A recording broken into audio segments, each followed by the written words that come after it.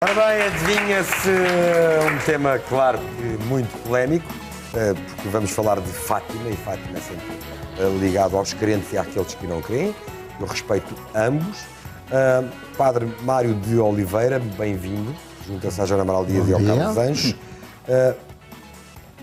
Senhor Padre, com que idade é que se começou a interessar, ou com que idade terá compreendido, percebido que o seu caminho seria junto de Deus?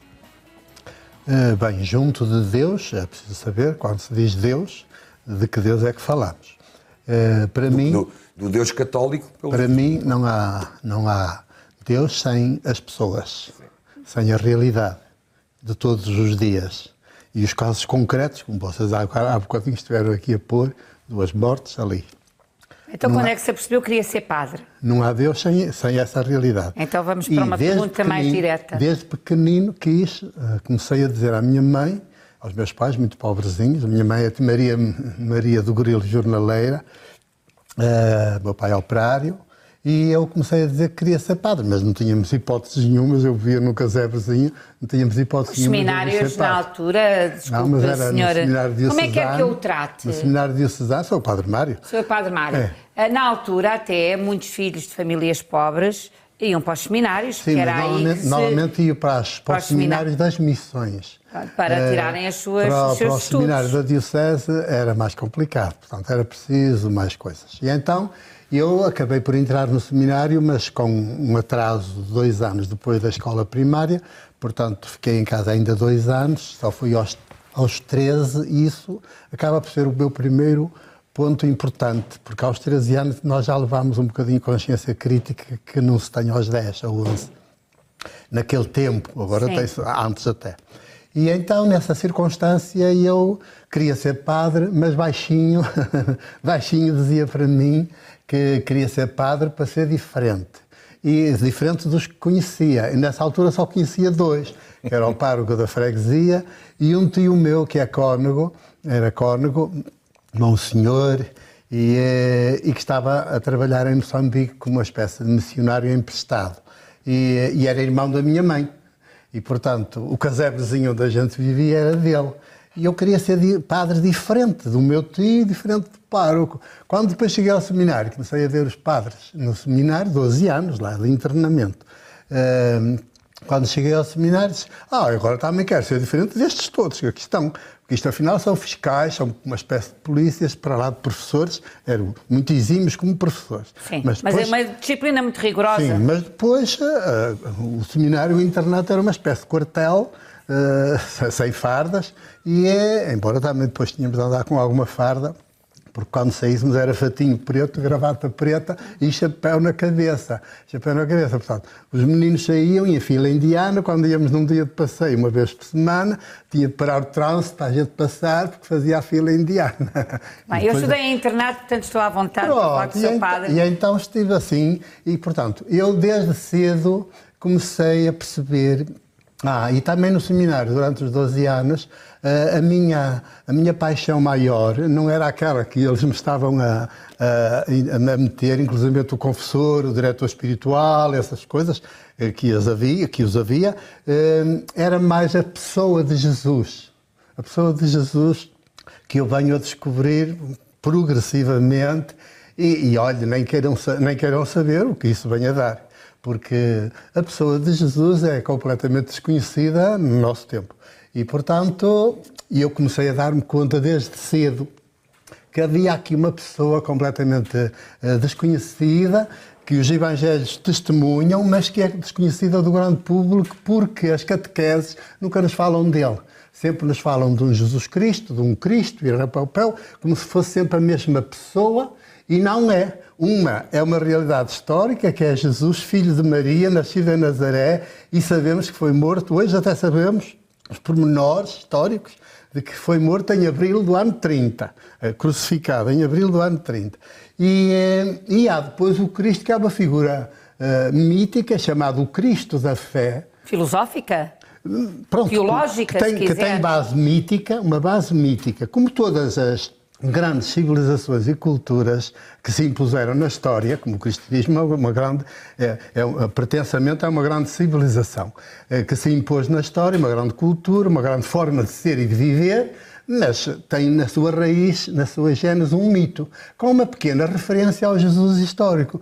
E o mito interessa-me menos, interessa-me mais a realidade histórica.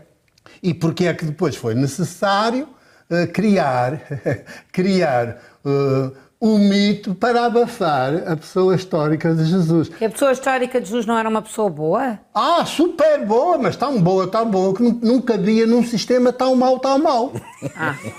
E pronto, nunca havia, não tinha lugar. E este sistema tão mau, para cúmulo, está abençoado na altura era o judaísmo, na Palestina, está abençoado pela Bíblia. A Bíblia de Moisés, de Abraão, dos profetas, dos salmos.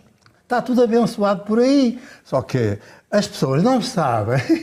E eu agora tenho sido um padre que, à medida que avanço, e como o meu percurso presbiteral tem sido um percurso tão fora do normal, quer dizer, eu sempre onde chego, eu prometi no dia da minha ordenação obediência e reverência ao bispo.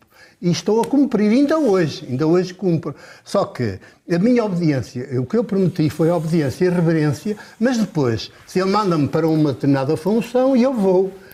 Por exemplo, quando me mandou para capelão militar, eu tinha 30 anos, 5 de padre, capelão militar da Guerra Colonial.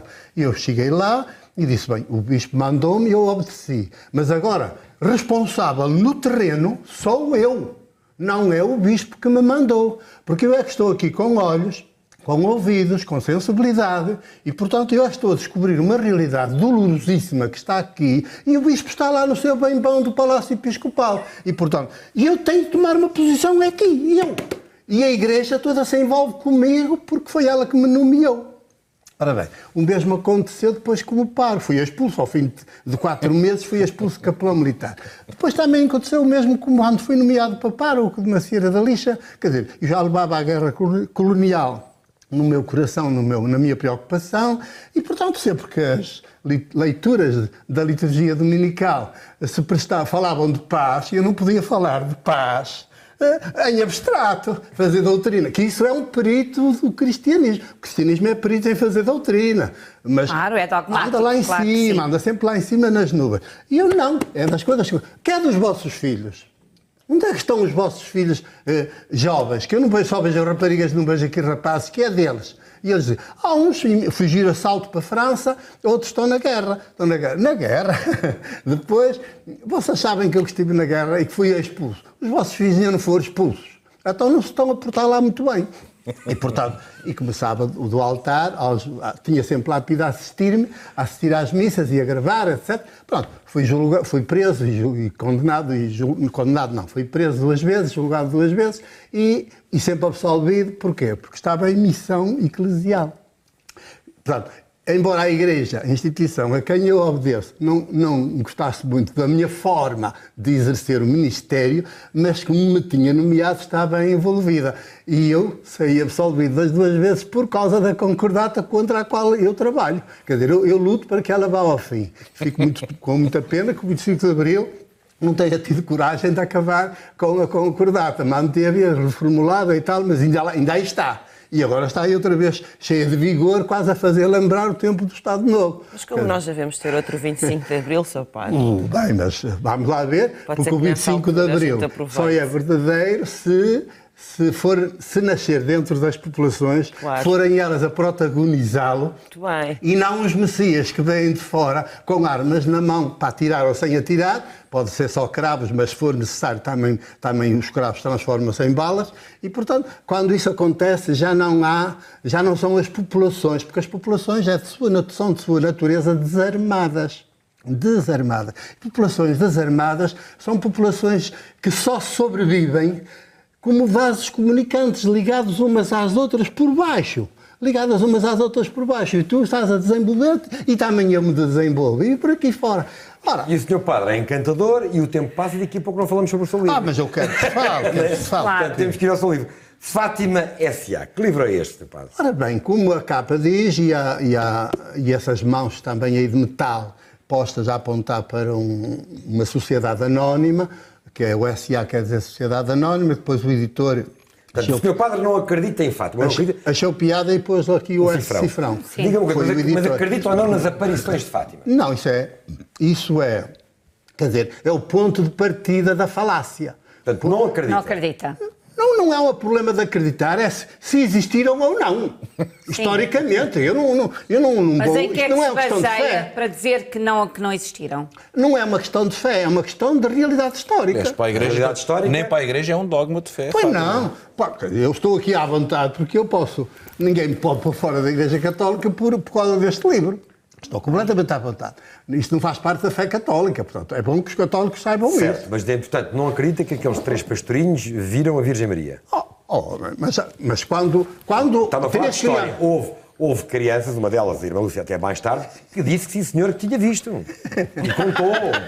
Mas sabe que as crianças... Ó, Sr. Padre, eu peço-lhe desculpa, eu simpatizo muito consigo, mas não se ria tanto de Fátima porque me está a ofender. Está bem? Portanto, tente explicar-me isso de uma forma com menos riso, está bem? Sei que o senhor pode ser simpático, mas esse riso de Fátima incomoda-me, está bem? Não estou a também querer... temos que nos respeitar. Está bem. Portanto, vamos lá falar porque é que acha que não houve as aparições. Mas não estou a querer ofender e peço perdão se isso acontece. Mas eu tenho que lhe dizer isto, porque não estou a ficar à vontade. Para a sua sensibilidade. E certamente que vamos falar seriamente. Que me adverteu. Com toda a sua simpatia. Eu também estou a falar seriamente, só que isto é do humor. Só que riu-se de Fátima. E isso a mim O livro é todo do humor. Pronto, vamos então portanto, falar sobre as aparições. Porque a realidade é que é humorística ou dramática, conforme o ponto de vista. No meu ponto de vista é dramática. Pronto, é dramática. Então vamos falar seriamente de Fátima. O que acontece é assim, em 1917 estávamos a 7 anos da implantação da República, a 6 da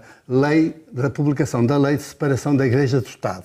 Quer dizer, pela primeira vez foi tudo ao ar e os bens da Igreja foram todos nacionalizados pela República, etc. E, portanto, o clero andava em polvorosa e tinha de aparecer alguma coisa. Já tinha aparecido uma coisa em La Salette, já tinha aparecido uma coisa em Lourdes. E então, um dos clérigos de Ourém, que é o chamado Cônego Formigão, resolveu ir passar um mês e tal. Isto é tudo dos documentos. É tudo dos documentos que o santuário disponibilizou. Aqui não estou nada a inventar. Que o Cônego Formigão decidiu ir passar um mês e tal em Lourdes para descobrir como é que aquela coisa lá foi montada e pegou. Portanto, Lourdes também é uma organização. Sim. La Salette também. Quer dizer, tudo que é relacionado com as chamadas aparições, entre aspas, estamos no século XXI, não é? E, portanto, já percebemos todos os fenómenos de que a nossa mente é capaz de produzir. E, portanto, crianças, em 1917, eu para escrever este livro tive de fazer uma viagem para trás no tempo, fazer-me Lúcia, fazer-me Francisco, fazer-me Jacinta, em 1917, meter-me na sua casa, frequentar a igreja, aprender a catequese que era ensinada na época e, felizmente, encontrei um precioso livro da época que tem os resumos de todas as pregações que os padres deviam utilizar. A tal descrição do inferno de que fala nas aparições, que teria sido a aparição que mostrou numa delas, num dos meses, está toda descrita tal e qual como a Lúcia a descreve nas memórias nesse livro. Portanto, ela só se limitou a copiar o que estava na missão. O livro chama-se Missão Abreviada. Quer dizer, tem lá o sumo de todas as pregações que as crianças ouviram, os pais das crianças ouviram. Isto é 1917, não há luz. O padre acredita ou não em Nossa Senhora Mãe de Jesus?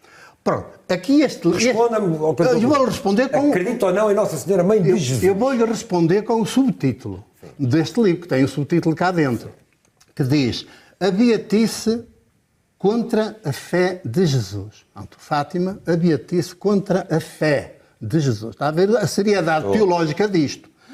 O dinheiro contra Deus Abba Mãe, que é o de Jesus.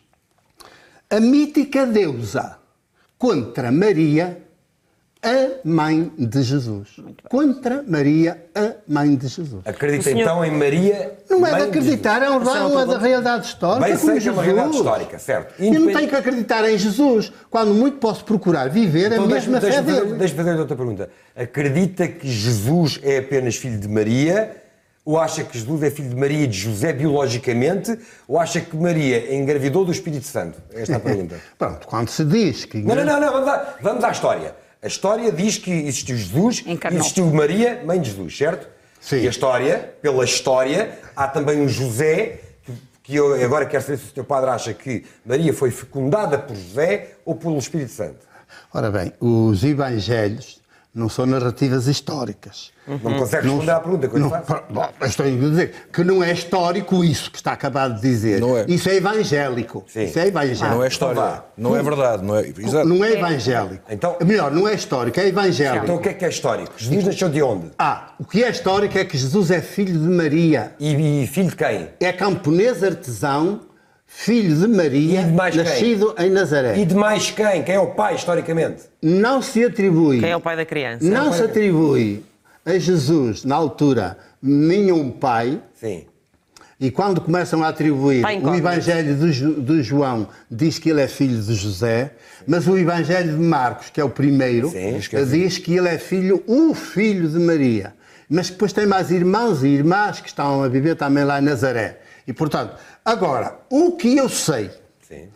e vou direto à sua questão, para ele poder ser um ser humano como eu, como você, como qualquer de nós, e só assim é que nos interessa a humanidade, é se for ser humano, se não for não interessa, se ele, para ele ser humano, tem que ser concebido pela mãe e pelo pai, simultaneamente. Quer dizer, se negarmos isto, negamos a humanidade de Jesus, ofendemos-lo e ofendemos a sua mãe. Porque é como se disserem que eu, só por ser assim tão diferente como sou de todos os padres, de uma maneira geral, os meus condiscípulos e até os meus irmãos, ficam assim, não sei como é que tu saíste assim tão diferente da gente, és mais novo, já não eras esperado, se calhar é um bocadinho por isso. Nasceste já para fazer essas diferenças todas e agora até já estão a gostar muito de mim. Mas demorou. E então, Jesus, para ser um ser humano, tem que ser...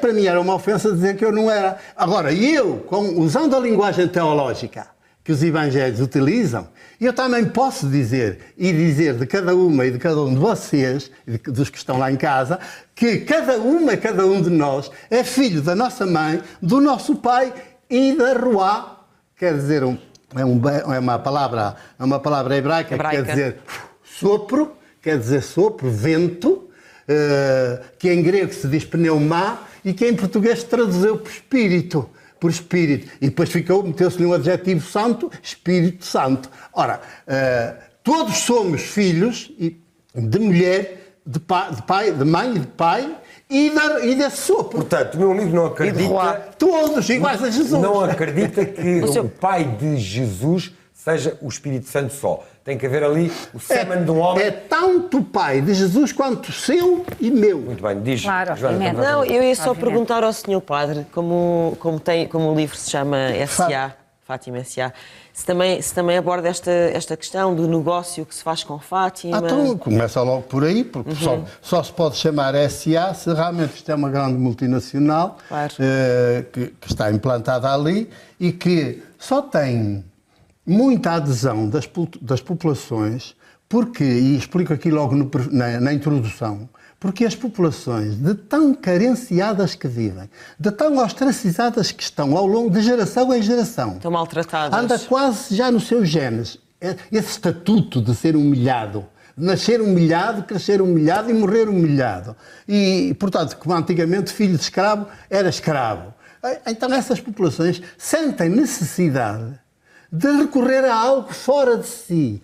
Só que a fé, se aparecesse aqui a fé de Jesus, vinha dizer assim, ei, não recorram a fora de vocês, é dentro de vocês que está o segredo. A força está dentro de vocês. E vocês é que são capazes de se levantar e de andar e de mudar isto tudo. Mas, ó, Sr. Padre, com certeza que sim, estamos completamente de acordo com a força interior. Estamos completamente de acordo que temos uma grande força interior. Mas sabemos nós que também recebemos força dos outros. Isso chama-se campo vibratório, chama-se magnetismo, chama-se tudo isso. Não podemos também, o seu padre pode ser mais objetivo, mas também não precisa ser tão redutor. Agora diga-me uma coisa, fazem as pessoas mal ir a Fátima? É mau para as pessoas irem a Fátima? É-lhes prejudicial? Não as beneficia? Aquele campo energético que se forma em Fátima de fé não é bom para as pessoas? É obscurantismo? Eu uma vez fiz um canto assim anti-13 de maio, uma letra anti-13 de maio, para eu querer cantar com a mesma música. Quer dizer, é assim uma certa provocação, mas provocação bem intencionada. E ele termina a dizer: em Fátima nada nos lembra Maria. Nada. É tudo negócio. Pura, não há ali nada de bom, nem nada ali de bom, nem de energia positiva, não, pode nem haver, as pessoas saem pode haver como há em qualquer outra montanha e onde estiverem pessoas.